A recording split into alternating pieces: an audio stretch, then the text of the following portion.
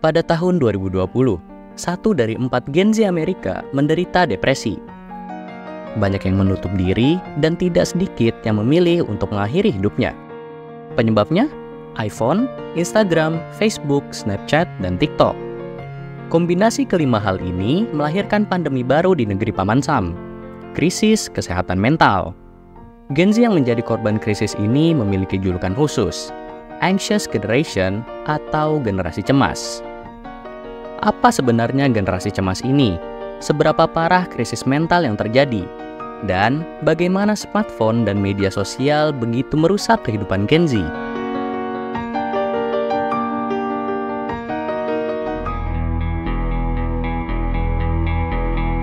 Masalah kesehatan mental di kalangan generasi muda bukanlah hal baru bagi Amerika.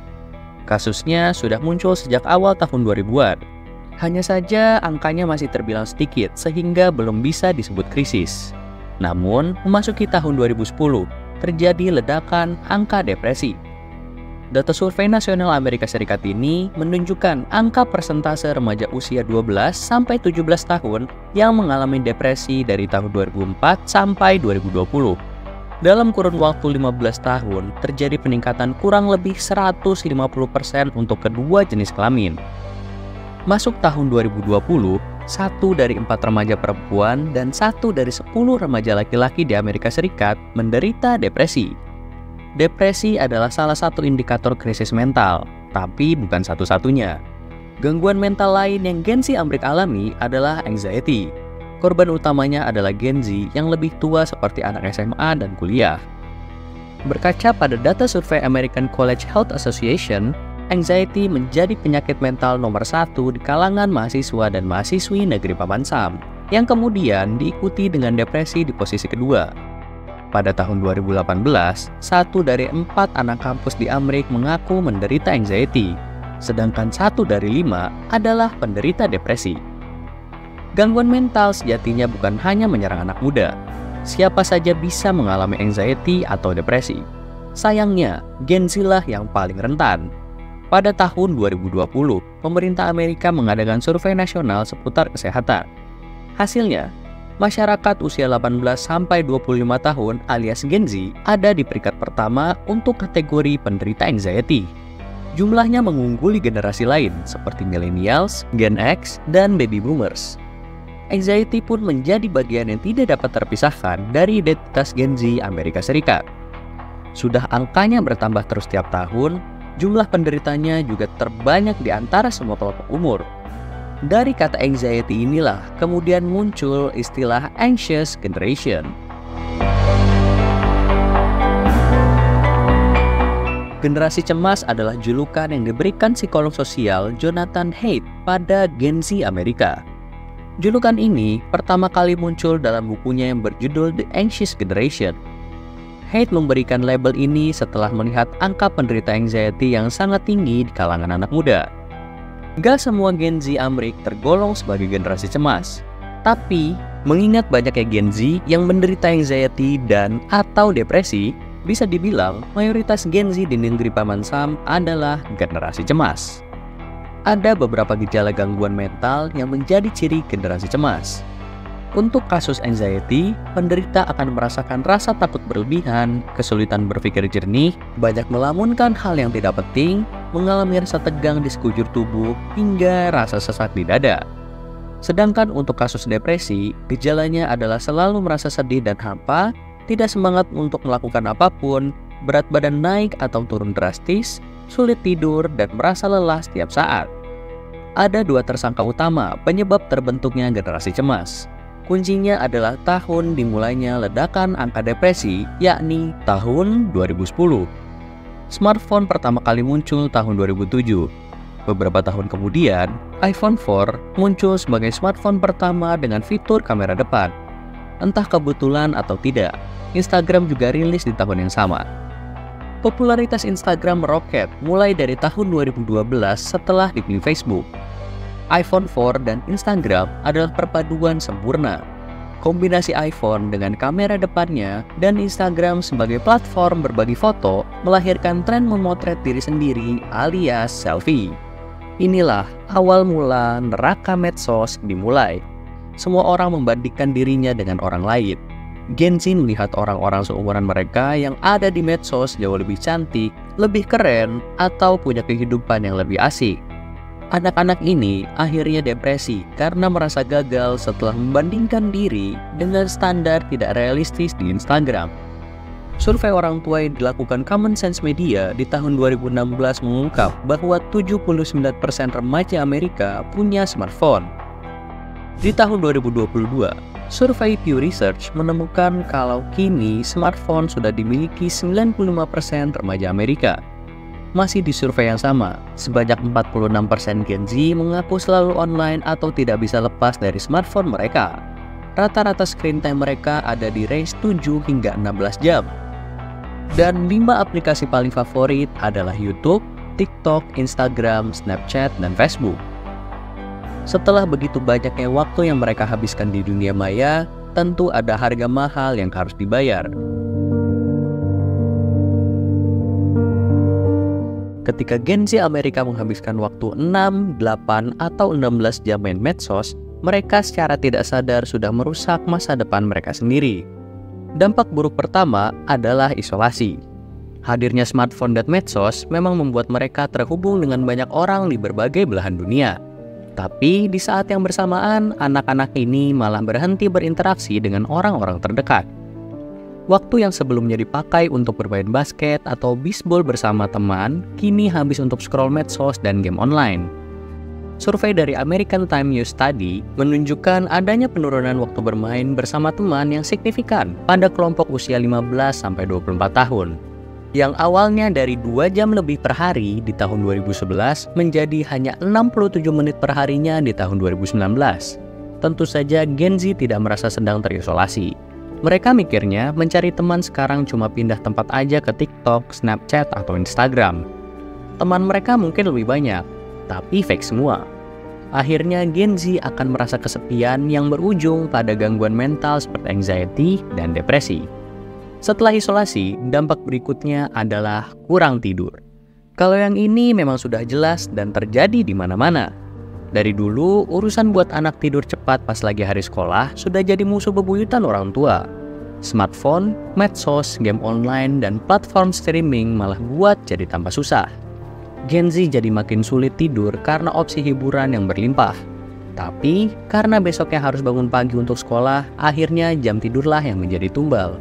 Data di tahun 2019 dari Monitoring the Future memperlihatkan lebih dari 40% anak SMA di Amerika tidur kurang dari 7 jam per harinya. Hal ini kemudian berujung pada banyak hal negatif. Remaja yang kurang tidur akan kesulitan di sekolah.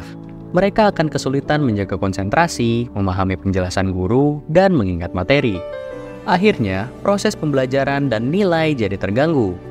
Apabila kebiasaan kurang tidur terus dibiarkan, berbagai gangguan yang lebih parah akan muncul, mulai dari kenaikan berat badan drastis, gangguan sistem imun, depresi, hingga perilaku agresif. Isolasi, ya, kurang tidur, sudah jelas. Lalu, apalagi efek negatif dari smartphone dan medsos? Jawabannya adalah pecahnya atensi. Ada banyak sekali aplikasi di smartphone, mulai dari medsos seperti Instagram dan Facebook, kemudian app tukar pesan seperti WhatsApp, video game, sampai app berita seperti CNN dan ESPN.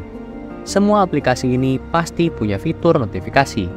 Gen Z sudah pasti nyalain fitur ini karena takut melewatkan hal-hal penting.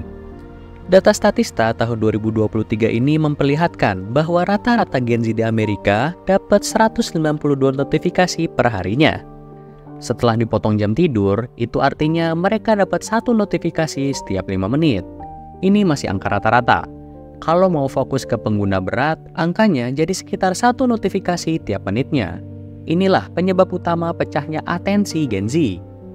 Mereka tidak bisa fokus dengan aktivitas yang ada di depan mata karena terus terganggu notifikasi dari entah aplikasi apapun itu. Distraksi tanpa henti ini dapat mengganggu perkembangan otak depan atau frontal cortex. Akhirnya, anak-anak ini jadi sulit berpikir kritis, tidak bisa fokus, dan hiperaktif. Selain merusak atensi Gen Z, notifikasi adalah permulaan dari kasus kecanduan smartphone. Sudah menjadi rahasia umum kalau semua developer ingin orang berlama-lama di aplikasi mereka. Supaya berhasil, developer menggunakan banyak trik psikologi manipulasi. Orang dewasa saja tidak berdaya melawan trik ini, apalagi anak-anak yang otaknya belum berkembang sempurna. The Hook Model milik Nir Eyal mampu memberikan gambaran besar cara kerja medsos. Pada tahap pertama, notifikasi berfungsi sebagai umpan awal. Ketika notif muncul, anak-anak bakal langsung ngecek HP-nya. Nah, setelah buka notif tadi, ada reward yang mereka dapetin. Bisa itu kiriman video atau komen dari teman di postingan terbaru yang buat mereka senang. Akhirnya, koneksi baru terbentuk dalam otak. Buka medsos sama dengan senang. Gen Z pun jadi tidak bisa lepas dari medsos yang menjadi sumber kebahagiaan mereka. Tidak cukup sampai sana, developer ingin mengikat pengguna lebih kuat. Maka muncullah fitur profil. Tujuan dari fitur ini adalah membuat kita menginvestasikan diri ke dalam aplikasi. Kasarnya sih membuat kita dan medsos jadi satu. Ketika Gen Z Amerika sudah membuat profil di Instagram, post banyak foto dirinya, dan punya ribuan followers, tanpa perlu notifikasi pun mereka pasti buka medsos. Kalau sudah begini, lepas dari smartphone dan medsos sangatlah sulit. Keempat dampak negatif tadi mampu memberikan gambaran jelas mengapa kesehatan mental Gen Z Amerika menjadi sangat buruk bersamaan dengan naiknya popularitas smartphone dan medsos. Meski begitu, harapan belum sepenuhnya sirna. Awalnya masih banyak orang tua di Amerika yang tidak peduli dengan efek negatif dari smartphone. Namun setelah melihat kasus anxiety dan depresi yang semakin sering terjadi, banyak yang mulai berinisiatif untuk melawan tren buruk ini. Pertanyaannya sekarang adalah, apa solusinya?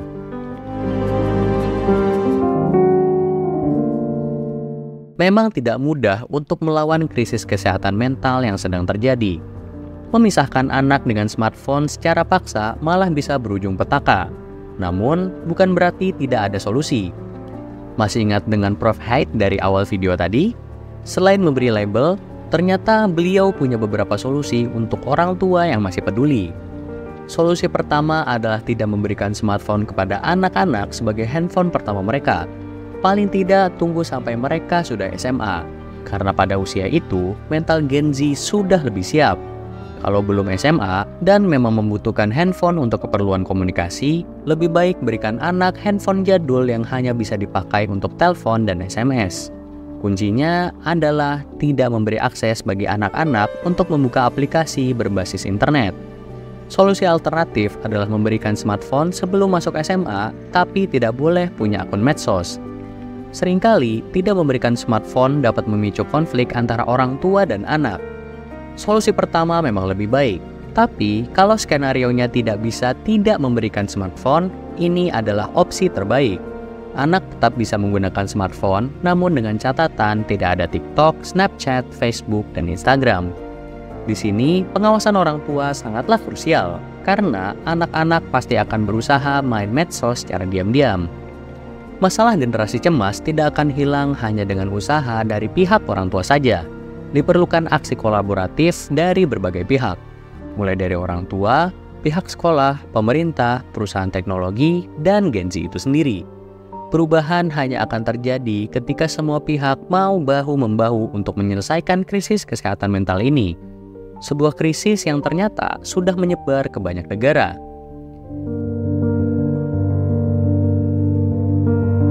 Tren krisis kesehatan mental tidak hanya terasa di Amerika Serikat saja. Gen Z di banyak negara maju lainnya juga punya tanda-tanda generasi cemas. Mulai dari Kanada yang kesehatan mental penduduk wanitanya terus menurun sejak tahun 2009. Lalu meningkatnya angka percobaan bunuh diri remaja di Inggris dan tingginya jumlah orang yang pergi ke unit psikiater rumah sakit di Australia, sampai laporan dari negara-negara Nordik seperti Denmark, Finlandia, Norwegia, Swedia, dan Islandia yang memperlihatkan angka gangguan psikologis yang meningkat tajam sejak tahun 2010. Melihat perkembangan tren yang semakin mendunia, maka bukan tidak mungkin Gen Z di negara-negara berkembang seperti Indonesia juga akan merasakan krisis yang serupa, atau yang terjadi malah lebih buruk. Krisis kesehatan mental sudah melanda Gen Z kita, dan tinggal menunggu waktu untuk terkuak data serta kebenarannya. Bagaimana pendapatmu dengan krisis yang melanda Gen Z ini? Kalau kamu punya pertanyaan lain, argumen tentang video, atau sudut pandang berbeda, ayo kita berdiskusi secara sehat di kolom komentar. Sampai bertemu kembali di episode selanjutnya. How easy it would be to fall for you,